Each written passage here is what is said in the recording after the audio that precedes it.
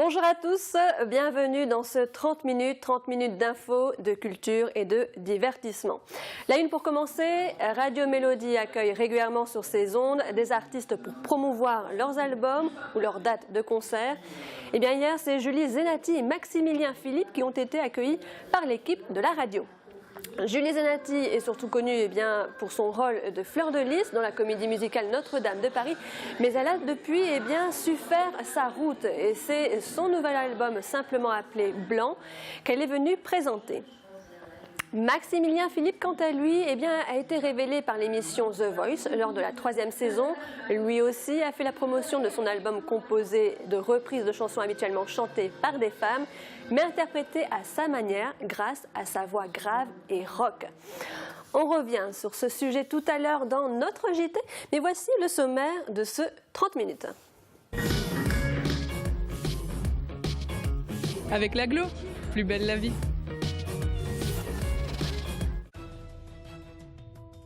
Aujourd'hui sur Mosaïque, l'association culturelle et sportive de Roulin se mobilise pour donner vie aux rêves d'enfants malades. On ne s'improvise pas animateur, on le devient en suivant par exemple une formation BAFA. Radio Mélodie s'exporte à la médiathèque pour recevoir Julie Zenati et Maximilien Philippe. En page sport, l'AS Reich est en passe de créer une équipe féminine de football. Et les comités de la discipline sportive Lutte de Lorraine, d'Alsace et de Champagne-Ardenne anticipent le découpage géographique des nouvelles régions. Et puis aujourd'hui, notre plate-bande s'intéresse aux jeux de chance. Tandis qu'Impact Eco donne un coup de projecteur sur une société implantée à Maxéville et spécialisée dans la fabrication de luminaires et de matériel d'éclairage public.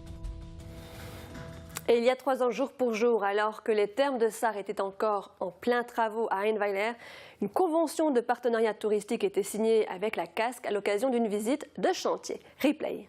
Où que vous soyez, restez connecté avec votre entreprise.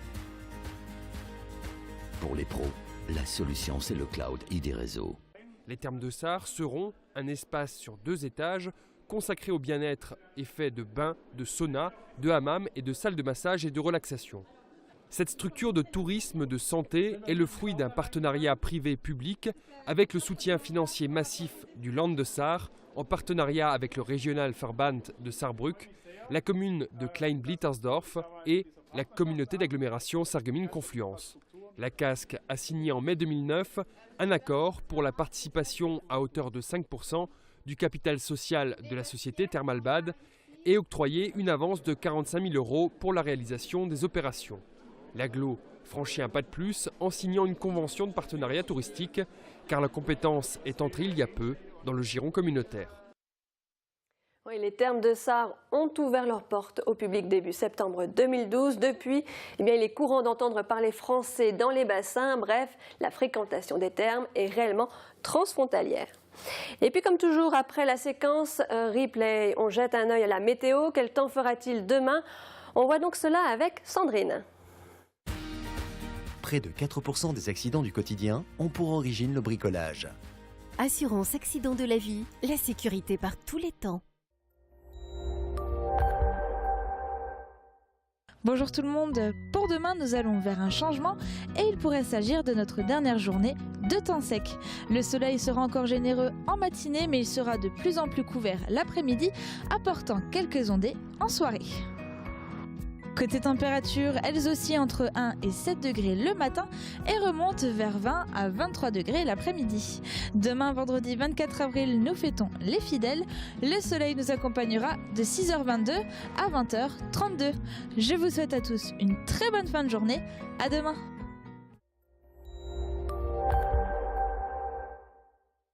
Je parraine un ami et tout le monde y gagne.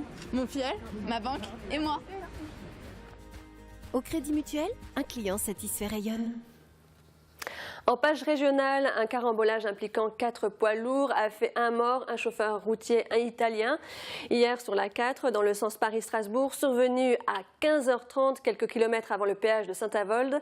L'accident a provoqué un embouteillage géant et des ralentissements qui se sont prolongés jusqu'aux portes de Metz.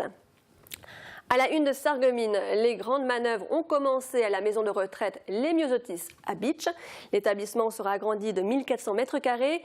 L'association du 3e âge du pays de Bitche consent au total près de 7 millions d'euros d'investissement. 3 ans de chantier sont prévus. Enfin, à la une de Forbach, plus de 250 jeunes se sont réunis hier au parc du Schlossberg à Forbach pour un après-midi ludique. La 7e édition de la fête du printemps organisée par la ville a été un véritable succès. Et tout de suite, plus d'actu sur le secteur, c'est dans notre JT.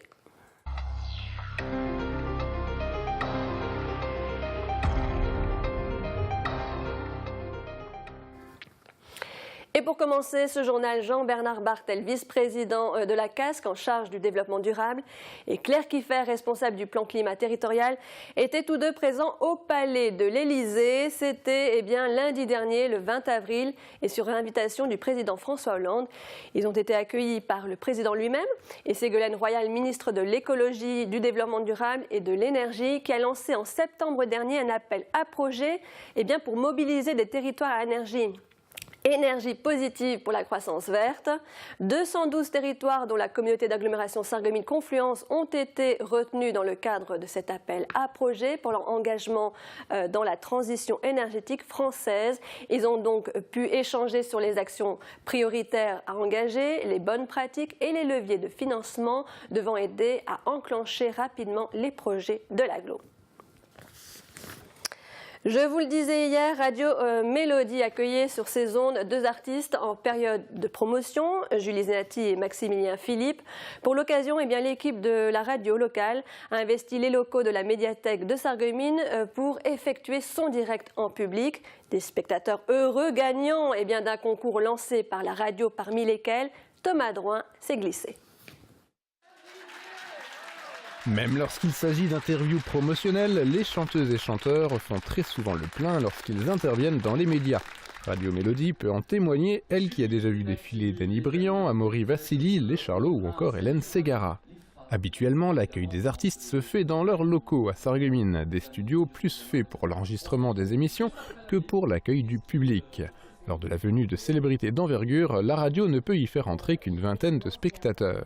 D'habitude, c'est assez intime, c'est une vingtaine de personnes. C'est les auditeurs aussi qui nous ont un peu fait cette demande en disant c'est étroit, c'est limité, il y a des artistes qui viennent, on n'a pas toujours la possibilité de les voir ou ça va des fois vite. Là, le fait de pouvoir tripler la capacité minimum, on satisfait aussi nos auditeurs quelque part.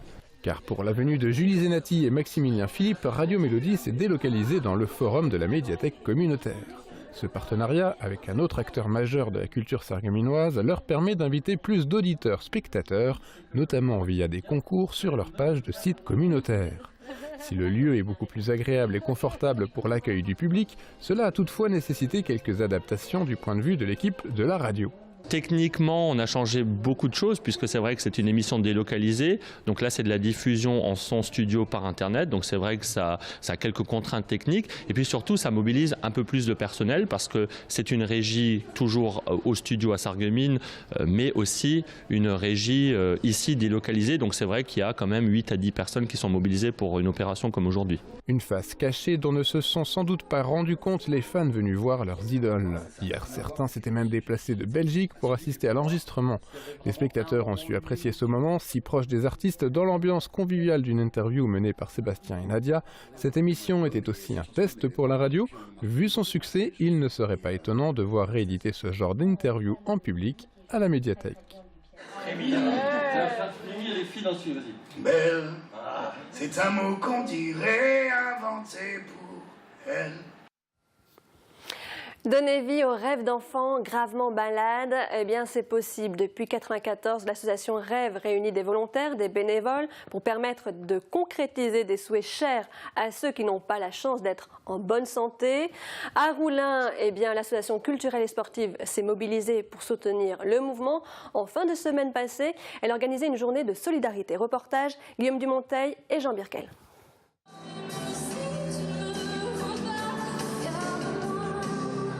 Un concert pour la bonne cause, c'est une recette connue et qui marche la plupart du temps. En l'occurrence, Marina D'Amico appose son nom sur l'affiche pour mobiliser.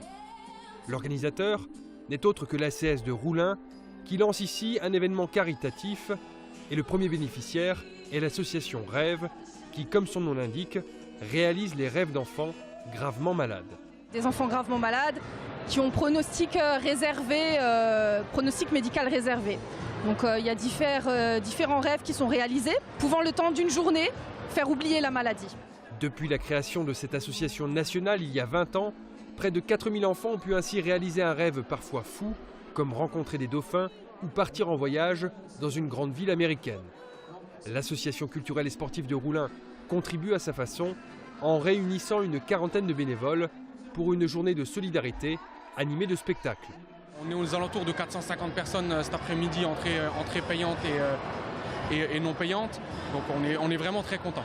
Cette manifestation est une première pour l'ACS qui compte renouveler l'expérience l'an prochain, peut-être en faveur d'une autre association. Et eux aussi se mobilisent pour les enfants. Eux passent par l'école des animateurs. 22 stagiaires viennent de terminer la première étape devant les conduire à l'obtention de leur BAFA. Guillaume Dumonteil les a rencontrés à l'occasion d'un grand projet sportif au cours duquel leurs aptitudes à créer et à animer une activité étaient évaluées. C'est qui les winners? C'est nous! C'est qui les winners? C'est nous! Qui remportera l'épreuve? Difficile à dire car les membres des 3 équipes sont particulièrement motivés. Ils veulent la coupe et les médailles qui vont avec. Mais les Olympiades de la Galaxie ne sont pas une simple épreuve sportive, c'est une compétition thématique et c'est très important. Mettre l'enfant dans l'imaginaire, ça va être vraiment essentiel parce que c'est ce qui va permettre aux enfants d'entrer dans le jeu, d'accrocher finalement et de prendre du plaisir. Là, ils avaient un imaginaire axé sur la galaxie. Donc l'objectif était d'entraîner les enfants en dehors de notre planète, si je puis dire, et d'évoluer dans l'espace. Le directeur de la formation et les 2 formatrices qui l'accompagnaient ont observé les Olympiades avec attention. Ils ont noté les points forts des stagiaires BAFA qui occupaient soit le rôle d'animateur, soit celui des enfants. Durant tout l'atelier, le dynamisme devait être présent, les procédures de mise en place des activités respectées, tout comme les règles de sécurité et bien évidemment la thématique. Et donc il faut détourner tous les objets. Le costume, les déguisements sont très importants, mais également tout le matériel qui va tourner autour. Par exemple, un plot, ça sera peut-être plus un plot, mais une comète perdue dans l'espace qui donnera un repère. Donc voilà, c'est plein de petites choses très précises qui va être déterminante pour que l'activité finalement accroche et ait du sens auprès des enfants. L'atelier s'est conclu par la remise des récompenses et par un débriefing pour déterminer les points forts et les points faibles des stagiaires BAFA. Ils passaient durant ces vacances scolaires la première étape du brevet d'aptitude aux fonctions d'animateur. Pour obtenir leur diplôme, ils devront en plus effectuer un stage pratique de 14 jours et un stage d'approfondissement de 6 jours. Bonne réussite à eux. En effet, bonne réussite à eux. On passe à notre page sport du foot féminin sur les bords de l'Albe. Eh bien, c'est pour bientôt. L'AS Rech fait le nécessaire pour créer un collectif et donner naissance à ce qui sera sans doute une section féminine. Une réunion d'information sera organisée prochainement. On fait le point sur l'évolution du club avec Guillaume Dumonteil et Jean Birkel. L'AS Rech a été fondée en 1945, l'année où les femmes ont pu voter pour la première fois en France. 70 ans après, l'évolution des mœurs a fait du chemin et voilà qu'on tente de créer une équipe féminine à Rech. Le club du village ne peut que constater l'engouement national et l'augmentation du nombre de filles qui aiment ce jeu de balle, y compris dans les petits clubs. Par rapport à l'insistance qu'il y a au niveau national, le football féminin il prend une grande ampleur. Donc ça se répercute sur les petits clubs. Ça fait déjà 2-3 ans qu'on en parlait. Et depuis cette saison, c'est devenu plus insistant. Donc on va accéder à la demande de ces demoiselles. Et on va essayer de lancer une équipe. Actuellement, l'AS Rech compte 135 licenciés dans les catégories U7, U9, U11, U13, U15 et 2 équipes seniors. L'équipe 1 masculine évolue actuellement en 2e division. Un effectif qui pourrait croître d'ici peu puisqu'une quinzaine de filles sont d'ores et déjà partantes pour fonder un collectif. Nous avons déjà un bon noyau de joueuses annoncées. Donc on est encore à la recherche d'une éducatrice, d'un éducateur qui coacherait cette équipe. Et l'intendant serait fourni par la SRH avec les délégués et tout ça. Le 29 avril prochain, une réunion d'information sera organisée au stade de Rèche à 19h. L'idée est de réunir le noyau existant et d'inciter de nouvelles femmes à se lancer. Au-delà de la fondation d'une équipe, il s'agit aussi de pérenniser le collectif et de l'engager en compétition. C'est ce que je veux, hein. Conservation, voilà. Les personnes intéressées donc pour participer à l'aventure du foot féminin à Rèche doivent appeler le 06 63 45 02 15. Le redécoupage à présent, le redécoupage des régions assorti de la création d'une grande région ALCA, Alsace-Lorraine, Champagne-Ardenne. Pour le moment, ce sont surtout les élus qui en parlent, mais dans les coulisses, beaucoup s'en préoccupent et veulent anticiper les grands changements à venir. C'est le cas notamment dans le domaine du sport. Exemple, à Sarreguemines, où les représentants des 3 comités régionaux actuels se sont rencontrés hier. Reportage de Julia Bitran et Guillaume Dumonteil. Cette fois, il n'est pas simplement question d'organisation de rencontres sportives ou de stages en commun. Par la force des choses, les représentants des comités régionaux de lutte d'Alsace, de Lorraine et de Champagne-Ardenne doivent tenir compte de la politique. Cette séance de travail tripartite, qui s'est déroulée à la maison de quartier Beau Soleil, avait pour thème le découpage géographique des nouvelles régions. Côté sportif, l'une des conséquences de la fusion des 3 régions pour donner naissance à l'ALCA, c'est la fusion aussi des comités régionaux, en l'occurrence ici des 3 comités régionaux de lutte. Pour les représentants réunis à Sarreguemines, il s'agit d'un nouveau challenge qui leur demandera de mettre en commun leurs compétences, leurs actions et leurs moyens en vue de répondre à de nouveaux enjeux. Le président du club de lutte de Sarreguemines est confiant car le nouveau comité régional ainsi créé figurera parmi les 3 meilleurs comités français, que ce soit en termes de structure, de résultats ou de nombre de licenciés. L'objet de cette journée de réunion était d'établir un état des lieux. Outre la nécessité de mettre en commun leurs moyens financiers et matériels, les responsables de lutte veulent mettre en place des compétitions communes, des championnats de la nouvelle région en gréco et en libre dans les catégories junior et senior, et en libre pour les féminines. Ils veulent aussi créer 2 stages communs de préparation pour les minimes et les cadets.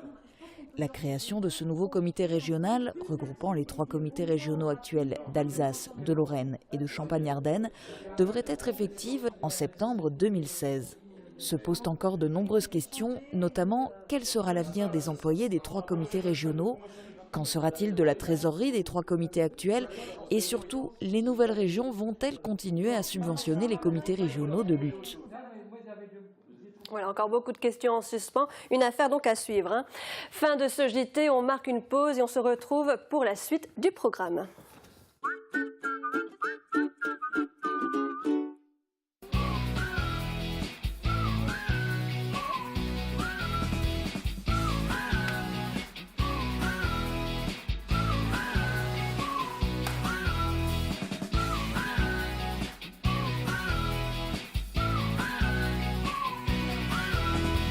Moa, Type Coiffure, Esthétique Center, la beauté à prix doux à Sarreguemines.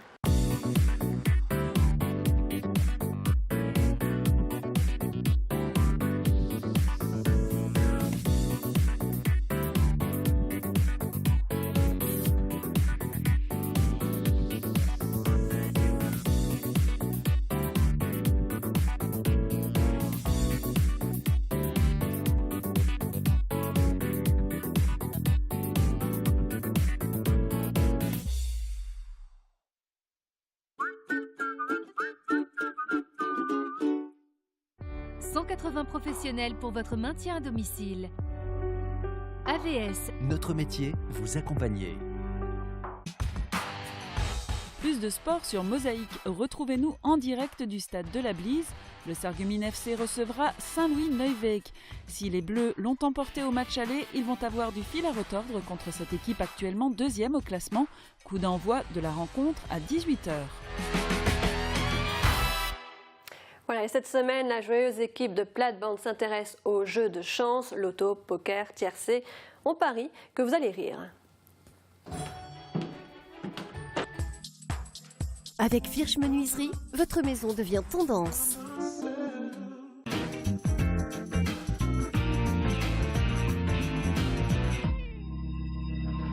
wenn man auf den Kalender geschaut hat, in Februar und in März, in Februar war Vendredi 13, Freitag der 13. und in März war auch Vendredi 13. Da habe ich mir die Frage gestellt, ob ihr da am Tisch auch gerne spielt. Martin, spielst du gerne?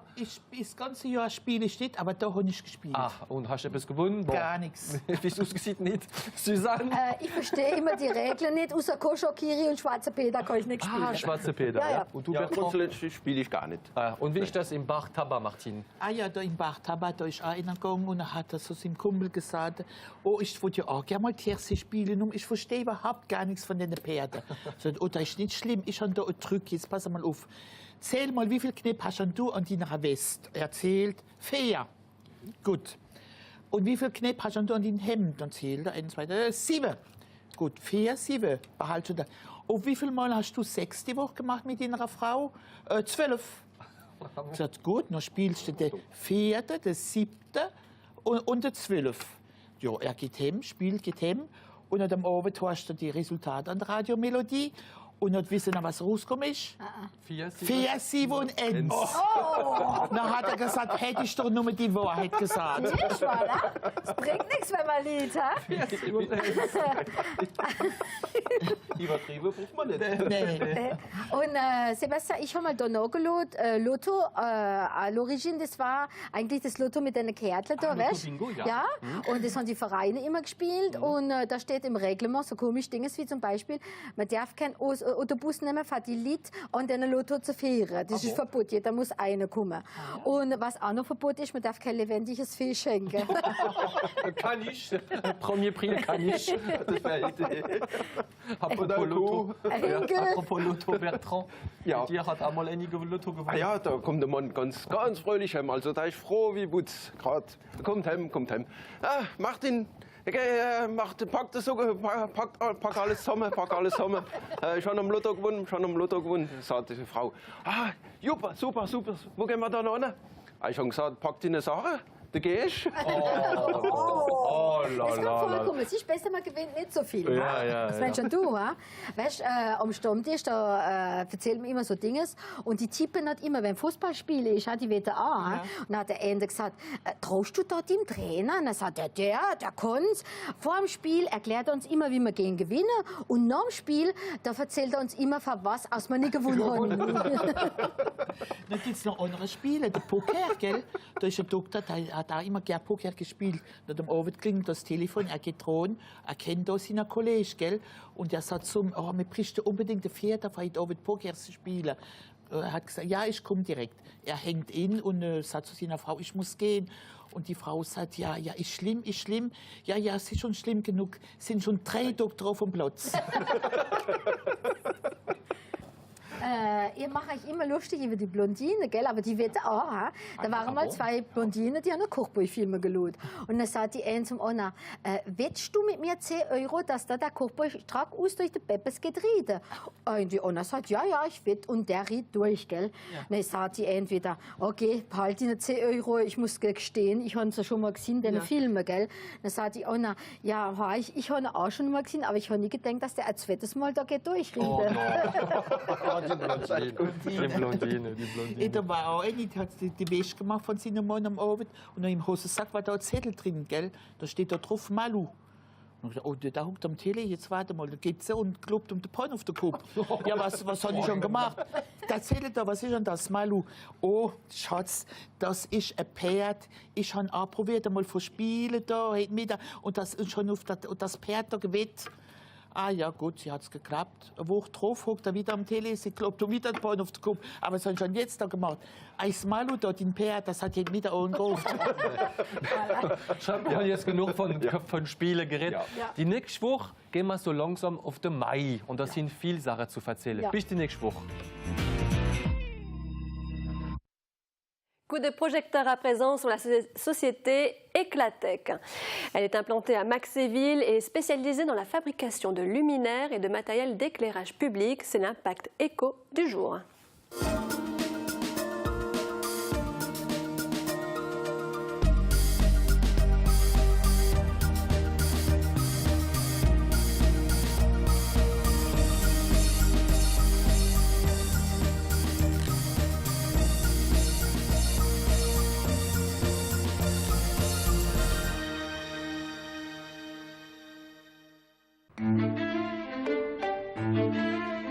Depuis sa création en 1927, la société Eclatec, localisée à Maxéville, près de Nancy, s'est spécialisée dans la conception de luminaires et de matériel d'éclairage public. Constituant depuis son rapprochement avec GHM en 2005 un grand groupe français en la matière, riche notamment d'une filiale à Juvincourt-Mirecourt dans les Vosges, Eclatec affiche son ambition de toujours. C'est d'abord la maîtrise de la lumière et c'est le fondement de tous nos développements. C'est notre préoccupation principale, notre credo aujourd'hui étant d'apporter la juste quantité de lumière. C'est éclairer juste. Tout part donc du savoir-faire optique maison. Le conseil lumière y participe activement en début de chaîne.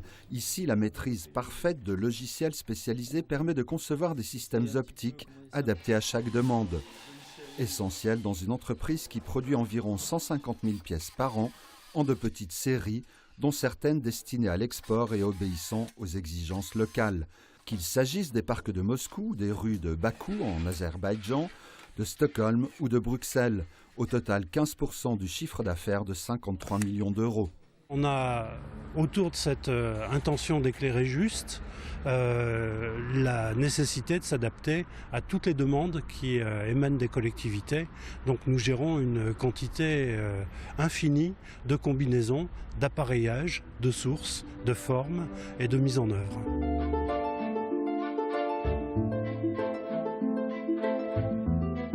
La qualité de la conception s'exprime ainsi dans le design participant à l'ambiance, avec d'autres architectes designers tels Jean-Michel Villemotte, Marc Aurel, Joël Nissou, le créatif de l'entreprise s'y emploie. L'esquisse me sert pour rechercher l'accroche stylistique que je vais donner à un luminaire.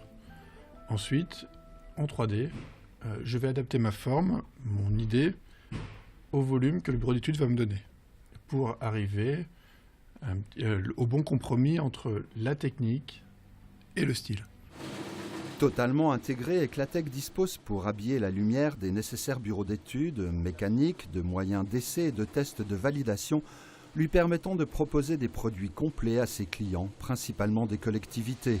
Ici au laboratoire, on conduit tous les essais sur les luminaires. On a deux familles d'essais. Les premiers sont des essais de performance d'éclairage, comme par exemple dans cette sphère, on mesure le flux total du luminaire. Et puis on conduit des essais plutôt mécaniques, thermiques et d'étanchéité. Cette réelle rigueur en termes de qualité et de processus d'assemblage indispensable pour des appareils exposés sur la voie publique et réputés durer au moins une vingtaine d'années se double d'une tout aussi efficace rigueur en matière de développement. Ayant connu plusieurs étapes et technologies de source, Eclatec n'a pas raté celle de la LED il y a 5 ans. Conçu par les ingénieurs d'Eclatec, ce module en pied de mât permet par exemple de réduire la puissance d'alimentation. Par exemple, ce luminaire ici est réglé à 10% de sa puissance. Et si pour des raisons X ou Y, on veut la faire varier, parce que les élus, les riverains trouvent que ça éclaire trop, pas assez, ainsi de suite, de manière mécanique assez simple, donc je vais le faire là avec un tournevis, on va passer ici d'un éclairage de 10% à 100%. De quoi générer des économies d'énergie et offrir des alternatives à l'extinction nocturne. Les performances des LED ouvrent d'autres perspectives de développement telles que l'intégration de la lumière directement dans les bâtiments pour l'éclairage de cheminement. La matière grise d'Eclatec y travaille pour assurer un futur, on n'en doute pas, lumineux.